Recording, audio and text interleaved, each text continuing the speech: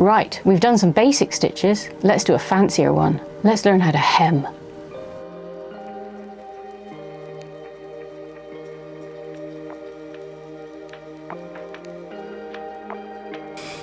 Welcome back to Northern Ireland Resources Network's Repair and Reuse Week of 2026.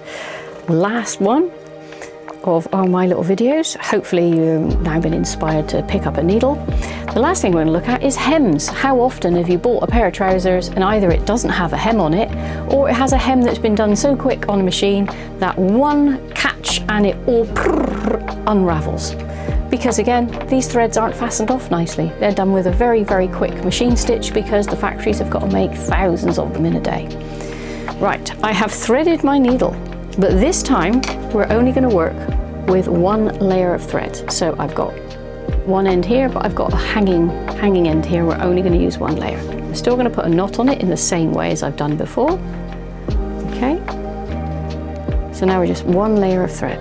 This is fiddly, so this is why it's the last one. It might take you a bit of practice. I'm going to use contrasting thread so that you see what I'm doing, but if you do this in a matching thread, it should disappear. Here is my hem. So here is my raw edge. It's been folded up once, it's been folded up again. Imagine this is a pair of trousers that's just come undone, and we want to secure this hem edge, but we don't want it to show too much on the right side. Here we are. So folded edge.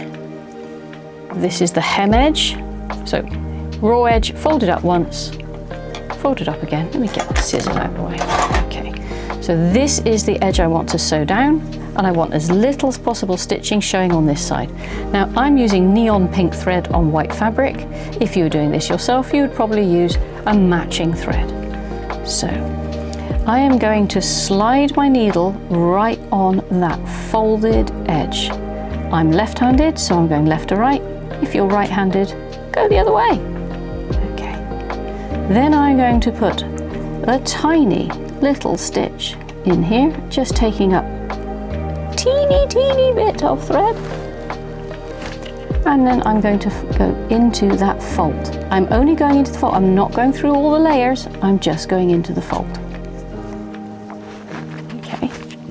And then I move along again, and I just go through the tiniest. If you have a heavier fabric, especially something like a denim or a tweed, you can just pierce the back of the fabric. You don't have to go all the way through. But this is a single layer of linen, so it's quite thin. I'm just wriggling my needle along that fold. So now my needle goes into that fold, just the fold, not all the way through to the front. Pull that through. And also, I'm not pulling tight. I'm not pulling this really tight. You want this to have some wriggle, and that way it can move and it won't come undone. It won't catch on things as much. Just literally, I'm taking 2 pieces of thread, slide that through, wriggle along the fold. You're floating it so that it's got movement, and that way it will sit much nicer, be more comfortable and less likely to come undone again. So I'm making these little triangles almost. Okay, just 2 stitches, and I will show you what it looks like from the other side. So tiny little dots, and if this wasn't neon pink thread, you would barely be able to see it. I'll finish the row, and then I'll show you a different hemming stitch. You can be quite big and chunky. It is just to hold that fabric in place. Slide along my fold, just the fold, not all the way through. One more. 2 threads. Okay. So we finish off with a little back stitch, but only on the inside fabric. 1, 2, and then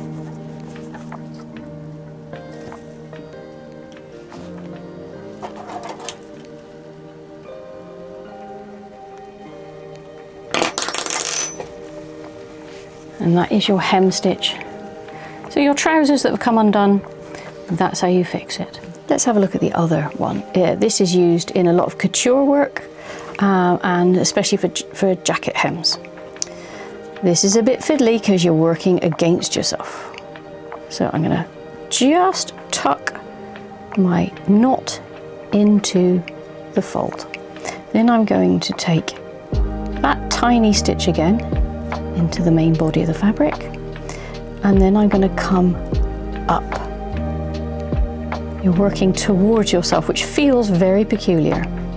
Then I'm going to come up here, do my tiny little stitch into the main fabric, and then I'm going to go back over here again. So you're doing a herringbone shape. Come up here, tiny little bit, bite.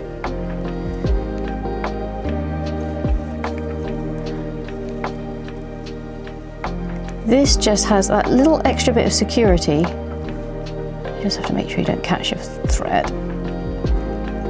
And if I get to the end of this one, because you're taking a deeper bite,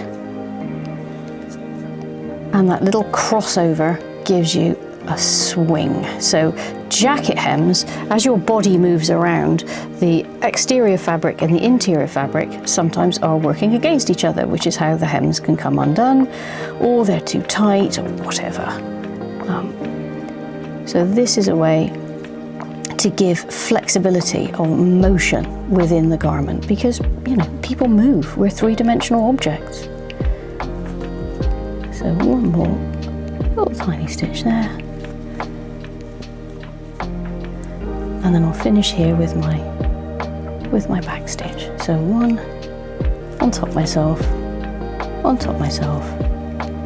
loop through. Oh, I didn't pull my loop through enough, but you get the idea. Out the way, snip, and you can see that has nice flexibility to it. But you've got this herringbone. You've got this herringbone shape going on, and it can move. And again, on the right side, tiny little stitches. And again, if it wasn't neon pink on white, you'd barely be able to see it. So 2 forms of hemming. Fix your trousers. There you go. 2 forms of the hemming stitch. Now you can fix your own trousers.